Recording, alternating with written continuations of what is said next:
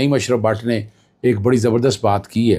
पहले मैं इब्तिदा उसी से करता हूँ और आपको पता है सीनियर सहाफ़ी हैं और जो बात करते होते हैं उसके पीछे उन्होंने कहानी बड़ी रखी होती है। अब जो उन्होंने कहा जी, कौमी असम्बली की कायमा कमेटियों से PTI अरकान के इस्तीफ़ों की अंदरूनी खबर जो आ गई है।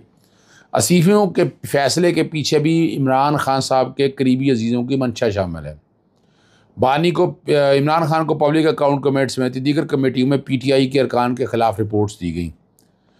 बताया गया कि कमेटियों में PTI के अरकान हुकूमत की मर्ज़ी की बात करते हैं। फैमिली मेम्बर समझती हैं कि जुनैद खान को बुशरा बीबी की सिफारिश पर पार्टी और असम्बली ओहदे मिले। जुनैद अकबर ने एक चंद रोज़ कबल पार्टी के व्हाट्सएप ग्रुप में मामले पर एतराज़ भी उठाया और PAC में सब कहते हैं कि अभी की हुकूमत पर तो बात करें। इमरान खान साहब की फैमिली मेम्बर और KPK हुकूमत जो है शेख वकास अकरम को पब्लिक अकाउंट कमेटी का सरबराह बनाना चाहता है। अब ये बातें सारी चल रही हैं, मैं उनकी तरफ नहीं चल सकूँगा।